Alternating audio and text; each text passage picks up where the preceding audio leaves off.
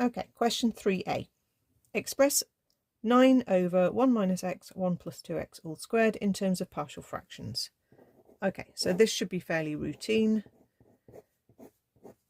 You need to make sure you know what pattern that you're going to get from any partial fractions expansion. So here, when we've got one bracket that is a single bracket, that will appear once on the denominator. When you have something that is squared, you're going to see it appear once unsquared and once squared. There's a possibility that the unsquared version of this bracket might have 0 as the top number, so that term is not actually there, but you need to include it because most of the time it's there, and if you don't include it, it's all going to go wrong. So the next step is you multiply up by these two brackets here. So each term multiplies,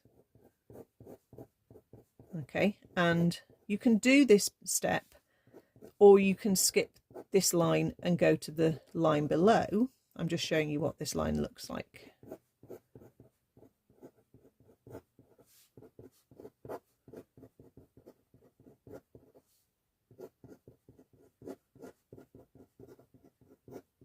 Okay, we can cancel those. We can cancel that with one of those, and we can cancel all of that with all of that.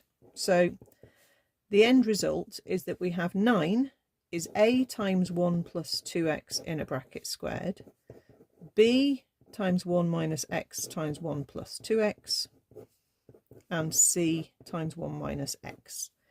Okay, so at this point I normally use the substituting in method, okay, at least for two values of x that are going to give me nice answers. So looking at the bracket 1 minus x, if I substitute x is 1, then that's going to make 1 minus 1 into a 0.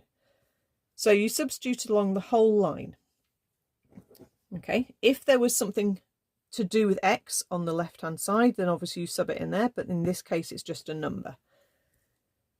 Okay, so 1 plus 2 lots of 1 is 1 plus 2, which is 3, and 3 squared is a 9. We're going to get a 0 there, and we're going to get a 0 there. You can write plus 0b plus 0c if you want to. You don't have to. That leads us to a equals 1. Okay, the next value I'm going to sub in needs to be the value that makes this bracket 0. Okay, that's going to be minus a half. If you're not sure, just write it equal to 0 and solve it like that. Okay, so substituting in x is minus a half. Again, the left hand side is just a 9. So this time 1 plus 2 lots of minus a half give us 1 add minus 1, which is 0, which is what we want. So that term disappears, as does the b term. So we're just left with the c multiplied by 1 minus minus a half. Just be careful that we don't make a mistake here. 1 minus minus a half is 1.5 or 3 halves or 1.5, however you want to write that. And then 9 divided by 1.5 is 6. So that gives us c is 6. Now, because we've run out of brackets, we can choose any other value we want, or we could do a comparison of, say, the x squareds or the x's or the numbers. I normally just pick another value. So I'll pick a simple value I haven't used yet. 0 is a good one. Again, substitute it in. We've still got a 9. That's not changing. Okay, so when I sub in x is 0 here, I'm going to get 1 plus 2 lots of 0, which is still 1. So that's an a times a 1 squared. I'm going to get 1 minus 0 is a 1. 1 plus 2 lots of nothing is a 1. And there I'm just going to get c times a 1. So generally using a 0 is a good one because it's quite simple, but just go through it carefully. Don't make mistakes, please. Okay, sub in what you've got. A is 1, so that's a 1 times a 1. B we don't know yet. C is a 6, so that's a 6 times a 1 is a 6. Hop all that across. 9 minus 1 minus 6 gives us 2 for B.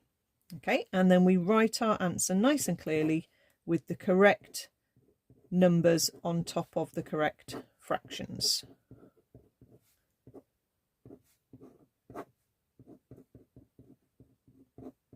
And there's our partial fractions.